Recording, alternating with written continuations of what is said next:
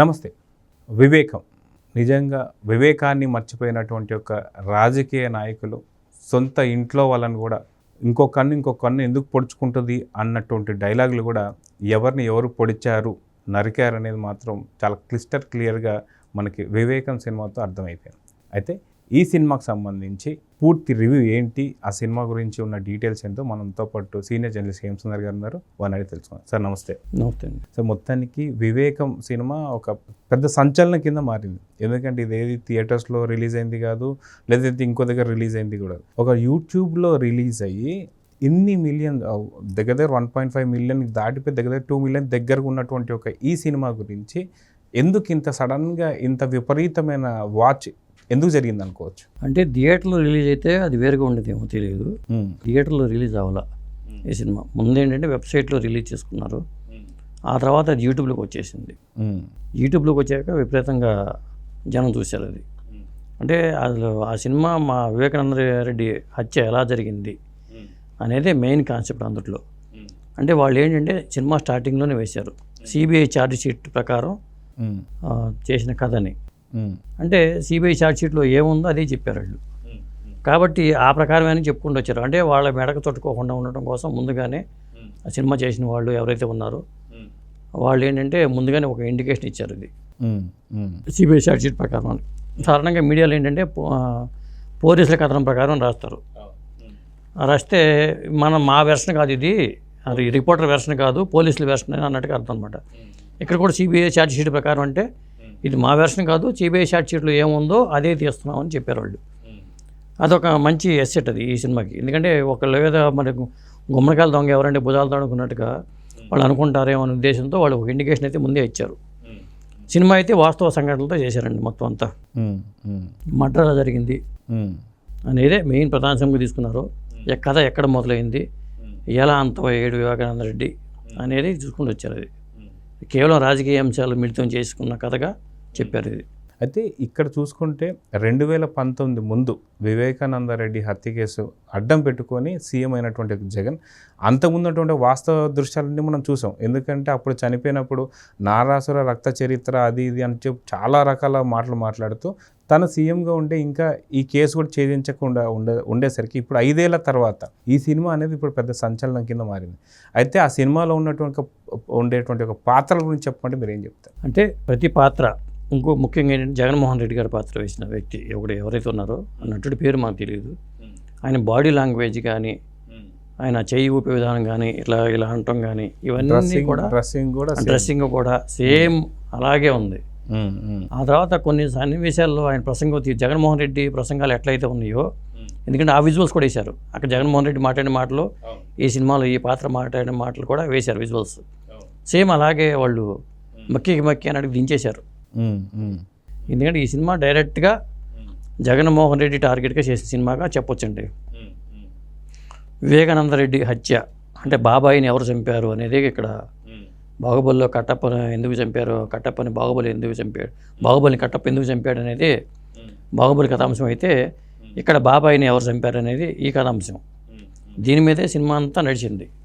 అంటే వివేకానంద రెడ్డితో ఇక పార్టీ పెట్టినప్పుడు పార్టీకి సపోర్ట్ చేయమని అడగటంగా మొదలు పెట్టుకుని కాంగ్రెస్ పార్టీలో ఉన్న బాబాయిని తీసుకొచ్చి దీంట్లోకి దింపడం అనేది ఆ ప్రయత్నాలు ఎట్లా జరిగినాయి, ఇంటికి వచ్చి కూర్చొని మాట్లాడటం, భారతిరెడ్డి, జగన్మోహన్ రెడ్డి, భాస్కర్ రెడ్డి, అవినాష్ రెడ్డి వీళ్ళందరూ ఆ భేటీ అంతా అంశాలన్నీ మొత్తం పోసగొట్టించడం వచ్చినట్టుగా చెప్పుకుంటూ వచ్చారు వీళ్ళు మొదటి నుంచి కూడా. అయితే సినిమా మొత్తంలో కూడా చాలా క్రూరంగా ఆ కుక్కని ఒక టార్గెట్ వేసి చంపడం అనేది మాత్రం నిజంగా ఎవరినూ జీర్ణించుకోలేకపోతున్నారు. ఇంత పెద్ద స్కెచ్ అనేది నిజంగా సినిమాల్లో మాత్రమే అవుతుంది అనుకుంటున్నాం, కానీ వాస్తవం చెప్పాలంటే ఇది రెక్కి అంటే వాస్తవ నిజాలు కాబట్టి ఇంత క్రూరంగా ఉంటారండి. రెక్కి అంటేనే అంత క్రూరంగా ఉంటారండి. కానీ 2 సార్లు 3 సార్లు రెక్కి నిర్వహించినప్పుడు వీళ్ళకి ఎందుకు అనుమానం రాలేదు అనిపించింది నాకు. రెక్కి నిర్వహించిన విధానం కూడా చక్కగా చూపించారు.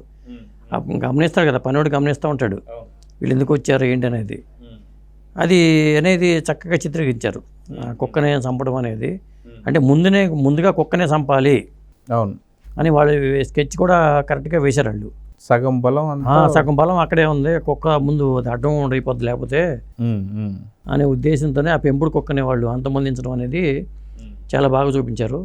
ఇంకొకటి ఏంటంటే అసలు వంశవృక్షం ఎలా ఉంటుంది, వంశవృక్షం రాజారెడ్డి కానీ లేకపోతే ఇటు పక్కన భాస్కర్ రెడ్డి ఫ్యామిలీ కానీ వీళ్ళు అసలు ఎవరు, వీళ్ళు పుట్టుపూర్వత్రాలు ఏంటి అనేది ఆ వంశవృక్షం అంతా చక్కగా సినిమా స్టార్టింగ్లోనే చూపించుకుంటూ వచ్చారు. అదొకటి మన కథ అర్థం కావడానికి చాలా సులభంగా ఉంది, అర్థం చేసుకోవడం చాలా ఈజీ అయింది. అవును. అలాగే ఎర్రగంగిరెడ్డి మనకి ఎప్పుడైనా పక్కలో బలివులాగా శత్రువు మన పక్కనే ఉంటాడంటానికి అర్థం పట్టేలాగా ఇప్పుడు మనం చాలా మాటలు తీసుకున్నప్పుడు కూడా పక్కన వాళ్ళే మట్టు పెట్టారు.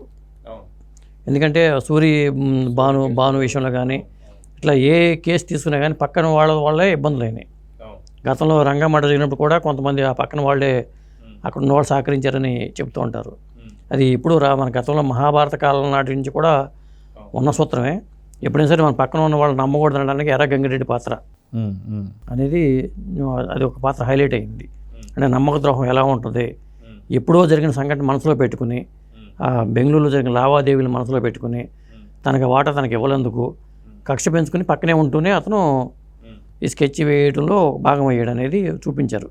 అది కూడా చాలా బాగుంది. అయితే ముఖ్యంగా మనం చెప్పుకోవాలనుకుంటే సాధారణంగా వివేకానంద రెడ్డి అసలు ఎటువంటి సెక్యూరిటీ లేకుండా, ఎందుకంటే తను టచ్ చేసేవాళ్ళు. ఎందుకంటే ఇక్కడ మనం సినిమాలో కూడా చూస్తే ఆ దస్తగిరి కానీ మిగతా పాత్రలు మాట్లాడుకునేటప్పుడు కనీసం గొడ్డలి తయారు చేయించే దాన్ని కూడా ఈ చుట్టుపక్కల వద్దు, ఎందుకంటే ఏది ఉన్నా సరే ఆయనకు సమాచారం వెళ్ళిపోద్ది. అంటే ఇంతటి మంచి పేరున్నటువంటి వ్యక్తిని నిజంగా ఆయన మీద థ్రెట్ ఉంటుందని ఆయన కూడా అనుకోని లేకపోయింది. ఏమంటారు? అంతే. ఎందుకంటే ఆ గొడ్డల విషయంలో కూడా అంటే అంత హరిబరిగా గొడ్డలని తీసుకురావడం ఏంటి అర్థం కాలే నాకు. పక్కాగా స్కెచ్ వేసుకున్న వాళ్ళు ముందుగానే చేయించుకుని రెడీగా పెట్టుకుంటారు. టైం దగ్గర పడుతున్నా కానీ గొడ్డలు రావట్లేదని టెన్షన్ పడుతుంటారు. అది కూడా బాగా క్రియేట్ చేశాడు. అవును, ఒక ఇంటెన్సిటీ క్రియేట్ చేశాడు. ఆ గొడ్డలు రావట్లేదు, ఇంకా గొడ్డలు రావలేదని. ఆ గొడ్డలి పాత్ర కూడా కీలకం. అలాగే ఎంత డబ్బులు చేతులు మారింది ఈ హత్య వెనకాలని, ఒక 40 కోట్ల రూపాయల దాకా చేతులు మారినట్టుగా. అంటే ఒక వ్యక్తికి జీవితాన్ని వెలకట్టాలంటే ఒక 40 కోట్ల వెలకట్టారు అనేది మనకు అర్థమవుతుంది. అంటే దీని వెనకాల 40 కోట్లు లాస్ అయినా పర్లేదు అన్నప్పుడు ఎంత కక్ష పెంచుకుని ఉంటారో, దాని వెనకాల ప్రయోజనాలు ఏమిటి. అలాగే మన పార్టీకి టికెట్ వ్యవహారాలు అవినాష్ రెడ్డి వాళ్ళు, వివేకానంద రెడ్డి ఉంటే మనకి చాలా కష్టం అనేది, మన మనుగడ కష్టం అని వాళ్ళు ముఖ్యమైన అంశం దాని మీద, అదే అసలు అంశం, మెయిన్ అంశం అదే. దాని మీద చుట్టూ భారతిరెడ్డిను అవినాష్ రెడ్డి కలిపి వాళ్ళు ఎట్లా కుట్ర పన్నారు అనేది దీంట్లో చూపించారు. అయితే ఈ సినిమాలో చాలా ముఖ్యమైన పాత్రలు తీసుకోవాలనుకుంటే జగన్ పాత్ర అనేది మాత్రం నిమిత్త మాత్రంగానే కనిపిస్తానికి మాత్రం జగన్ కనిపిస్తున్నాడు, కానీ అసలైనటువంటి ఒక హీరోయిన్ అంటే మటుకు మనకి అవినాష్ రెడ్డి, భారతిరెడ్డి, వీళ్ళిద్దరు మాత్రం, వాళ్ళిద్దరే మెయిన్ ప్రధాన పాత్రలుగా కూడా చూపించారు.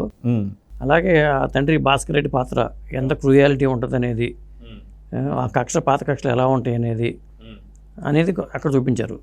అలాగే దస్తగిరి పాత్ర అసలు ముందు మరణానికి దస్తగిరి అంగీకరించడు, చంపడానికి అంగీకరించడు, బయటికి వెళ్ళిపోతే అతను కన్విన్స్ చేస్తాడు తీసుకొచ్చి. ఆ శంకర్ రెడ్డి కానీ వీళ్ళందరూ తర్వాత ఎలా స్కెచ్ చేశారు, ఆ ఇంట్లోకి ఎలా ఎంటర్ అయ్యారు, అంటే సిబిఐ ఛార్జ్ షీట్లో ఉన్నట్టుగానే వాళ్ళు చేసి ఉంటారు ఇది. ఎందుకంటే వాళ్ళు విన్నారు కదా, అప్రూవల్గా మారి దస్తగిరి మొత్తం అంతా చెప్పినప్పుడు వాళ్ళు ఎలా వెళ్ళింది, ఏం చేసింది అంతా చెప్పింది కాబట్టి అదే వెర్షన్తో సినిమా తీశారు. సాధారణంగా మనకి ఏంటంటే ఎలా జరిగింది అనుకుంటూ ఉంటాం కదా, ముందు హార్ట్ అటాక్ అని, ఆ తర్వాత ఏంటంటే ఆ సునీత రెడ్డి వాళ్ళ నాన్నగారిని చూడటానికి వచ్చినప్పుడు కూడా అది కప్పేసేసి అసలు చూడటానికి వీలు లేకుండా కవర్ చేద్దామని ట్రై చేశారు. కానీ చివరికి అది చూసే పరిస్థితి కల్పించడం కూడా, అంటే ఇది మామూలుగా హార్ట్ అటాక్ వచ్చి చనిపోవడం కాదు, ఎవరో ఇది చంపారు అనేది అప్పుడు బయటపడుతుంది. అయితే ఈ సినిమాలో ఒక చిన్న డౌట్ అయితే వచ్చింది. ఏంటంటే సాధారణంగా వాస్తవ దృశ్యాలు బట్టి మనకి పొద్దున్నే 8:30 ఆ టైంలోనే విజయసాయిరెడ్డి వచ్చి ఇది గుండెపోటు అని చెప్పి చెప్పడం, తర్వాత సునీత వీళ్ళందరూ హైదరాబాద్ నుంచి బయలుదేరే లోపే ఇక్కడ అవినాష్ రెడ్డి పోస్ట్ మార్టం చేయనీయకుండా దాన్ని ఫస్ట్ ఫ్రీజర్ బాక్స్లో పెట్టాడు. ఇవన్నీ చాలా ఉన్నాయి, కానీ సినిమాలో విజయసాయిరెడ్డి మాట్లాడినటువంటి ఒక సందర్భం అయితే కనిపించలేదు. సో అది ఛార్జ్ షీట్లో లేదని చెప్పేసి అనుకోవచ్చా, ఎలా అనుకోవచ్చు? అదే అంతే అనుకోవాలి, లేదా అది అప్రస్తుతం అనుకుని కూడా దాన్ని అనవసరం మళ్ళీ నిడివి పెరిగిపోద్దనే ఉద్దేశంతో కూడా కావచ్చు కదా. అంటే ఇది మామూలుగా ఈ మధ్యన రాజధాని ఫైల్స్ అనే ఒక సినిమా వచ్చింది, రాజధాని ఇష్యూస్ మీద ఆ సినిమా. అదేంటంటే జనంలోకి అంతగా వెళ్ళాల, కానీ ఈ సినిమా ఏంటంటే జనంలోకి వెళ్ళిపోయింది బాగా. దీనికంటే యూట్యూబ్ లాంటి దీంట్లో మీడియాలో పెట్టడం వల్ల ఒకటేనో దీనికి కమర్షియల్ ఎలిమెంట్స్ లాగా సినిమా, ఒక కమర్షియల్ సినిమాకు ఉన్న హంగులన్నీ దీనికి ఉండటం వల్ల ప్రతి ఒక్కరూ ఈ వివేకం సినిమాని చూడటానికి చూస్తున్నారు కూడా. అది అయితే మొత్తానికి సినిమా ఆద్యాంతం స్టార్ట్ అయిన దగ్గర నుంచి ఎండింగ్ వరకు కూడా ఎక్కడా కూడా ల్యాగ్ అనేది కానీ ఎక్కడా లేదు. అట్లా అని చెప్పేసి ఇది చాలా అతి భయంకరమైనటువంటి యొక్క కేరళలో జరిగేటువంటి యొక్క మన దృశ్యం టైప్ మర్డర్ కూడా కాదు. కానీ తెలిసినటువంటి సబ్జెక్ట్ని చాలా కళ్ళకు కట్టినట్టు చూపించడంలో అసలుకి ఈ సినిమా గురించి మీరు ఏం చెప్పగలరు? అంటే సాధారణంగా వివేకానంద రెడ్డి హత్య జరిగినప్పుడు ఎవరైనా అనుకుంటారు ఎలా చనిపోయి ఉంటాడు అనుకుంటారు కదా, దాన్నే కళ్ళకు కట్టినట్టుగా చిత్రీకరించడం అనేది ఎవరైనా చూడాలనుకుంటారు. అసలు ఎలా జరిగింది, అందువల్ల ప్రతి ఒక్కరు చూస్తున్నారు ఇది. అసలు ఈ మర్డర్ ఎలా జరిగింది, ఎలా చేశారు, ఏం మాట్లాడుకున్నారో ఇవన్నీ ఆ డైలాగ్తో సహా వాళ్ళు ఎక్కడ ఆర్టిఫిషియల్గా చేయకుండా సహజంగా ఉండేట్టుగా ప్లాన్ చేసుకున్నారు. సహజంగా చేయటం వల్ల అసలు మర్డర్ ఎలా జరిగింది, వివేకానంద రెడ్డిని ఎలా చంపారో, ఆ ఇంట్లో ఆ పనివాడు కానీ ఉండడం, ఆయన ఒంటరిగా ఉండటం కానీ, ఆ ఎర్రగంగిరెడ్డి స్టార్టింగ్ కలవాలని చెప్పి రావటం కానీ, ఆయన వెళ్ళిపోయి వీళ్ళందరూ రావడానికి వివిధ మార్గం చేయటం కానీ, ఆ తర్వాత వీళ్ళు చంపడం కానీ, చంపే విధానం కానీ, గొడ్డలు పెట్టి వేట్లు వేయటం కానీ, ఇవన్నీ కూడా చాలా న్యాచురల్గా చిత్రీకరించారు ఇది. సో మొత్తానికి ఈ సినిమాకి సంబంధించి చెప్పాలంటే ఒక మాటలో ఏం చెప్తారు? అంటే అప్పుడు చూడడం వాళ్ళకి ఇది ఒక ప్రత్యక్షంగా చూసే వెసులుబాటు అని చెప్పొచ్చు. ఇది ఆ మటర్ని ఏదో ఊహించుకున్నారు అప్పుడు, అది ఊహకి ఒక తెర రూపం కల్పించారు. ఇది ఒక వాస్తవ చిత్రం లాగానే ఉంది సినిమా. సో అయితే ఈ సినిమాకి మీరు ఇచ్చే రేటింగ్ ఏంటి? సాధారణంగా రెగ్యులర్ ఫార్మాట్లో థియేటర్లో రిలీజ్ అయిన సినిమాలకి మనం రేటింగ్ ఇస్తామండి. దీనికి రేటింగ్ ఇవ్వాల్సింది మనం కాదు, దీనికి ప్రజలే ఇవ్వాలి రేటింగ్. దీన్ని చూస్తున్నారంటే మరి అన్ని మిలియన్ల మంది చూశారంటే అది వాళ్ళు ఇచ్చే రేటింగే. ఆ రేటింగే చూడాలి ఇక్కడ మనకి. ఆ రేటింగ్ మారుతూ ఉంటుంది. రేపు సినిమా రిలీజ్ అయ్యి ఇప్పుడు మొన్న పెట్టారు, రేపు ఎల్లుండి ఎన్నికల దగ్గర పడేసరికి ఎంతమంది చూస్తారనేది దీన్ని బట్టి అదే రేటింగ్. సో చూద్దాం సార్. మొత్తానికి సినిమా మాత్రం ఒకేసారి చూసిన వాళ్ళు నాకు తెలిసి ఖచ్చితంగా ఒకేసారి వదులుతలేదు. దీన్ని ఇంట్లోనే కూర్చొని చూసే వెసులుబాటు కాబట్టి కనీసం 3 నుంచి 4 సార్లు చూసేటువంటి ఒక పరిస్థితి. చూద్దాం ఏం జరుగుతుంది. Thank you.